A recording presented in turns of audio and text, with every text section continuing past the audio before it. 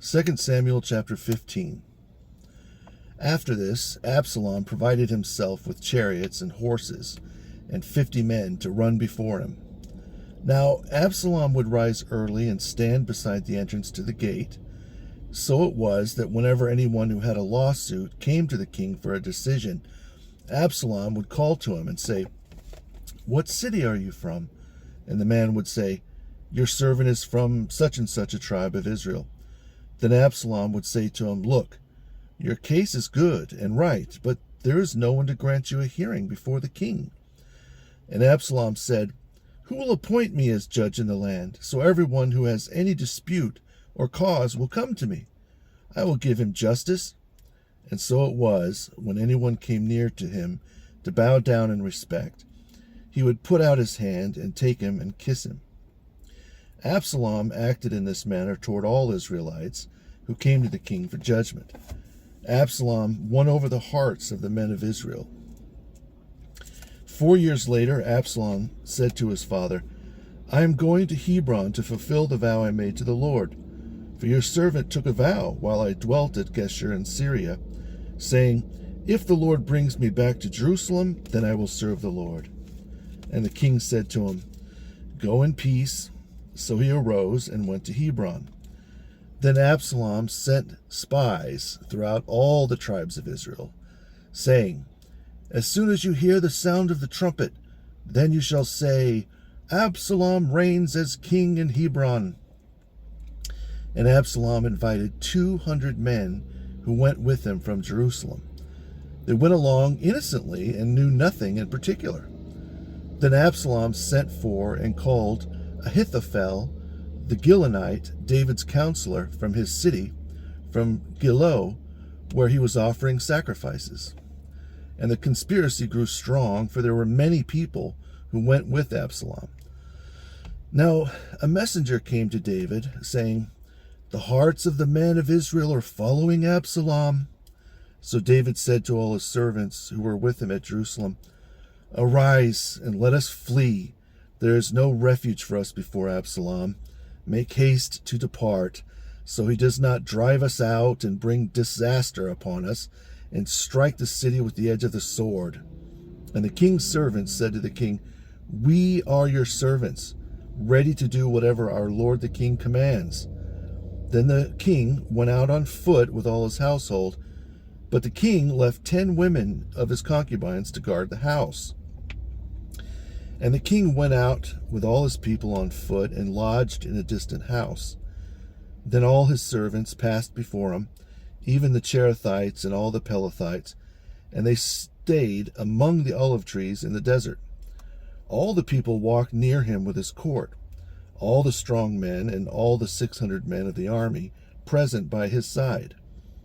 And all the Cherethites and all the Pelethites and all the Gathites totaled 600 men who followed him from Gath on foot, who went ahead of the king.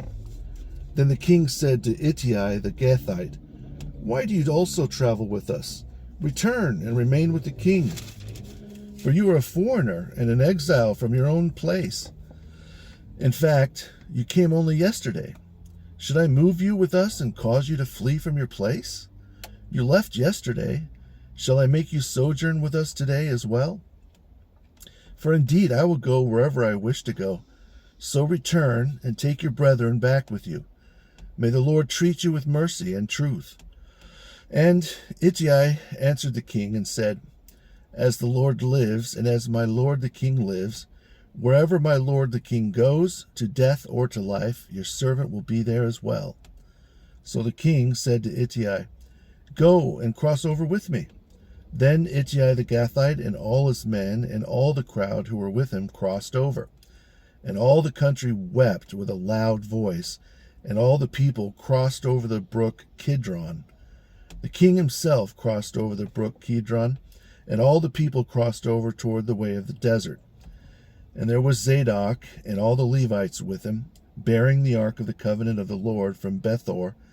And they set down the ark of God, and Abiathar went up until all the people finished crossing over from the city.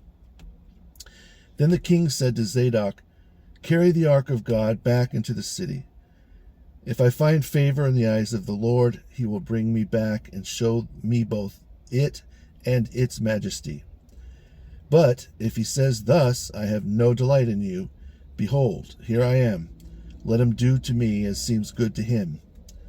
Then the king also said to Zadok the priest, Look, return to the city in peace, along with your 2 sons, Ahimaaz your son, and Jonathan the son of Abiathar. Take notice, I will continue to wait in Arabah, in the plains of the desert, until word comes from you to let me know. Therefore Zadok and Abiathar carried the ark back to Jerusalem, and they remained there. So David went up by the ascent of the Mount of Olives, and wept as he went up. His head was covered, and he went up barefoot. And of the people with him, each of the men covered his head, and went up, weeping as they went. Then someone told David, Ahithophel is among the conspirators with Absalom. And David said, Lord, my God, defeat the counsel of Ahithophel. Now it happened, when David came to the top of the mountain where he worshipped God, Hushai the Archite, David's companion, was coming to meet him with his robe torn and dust on his head. David said to him, If you go on with me, then you will become a burden to me.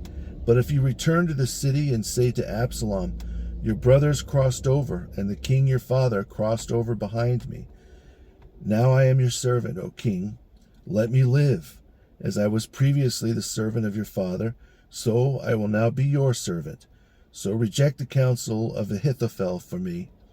Indeed, Zadok and Abiathar the priests will be there. So whatever you hear from the king's house, tell the priests.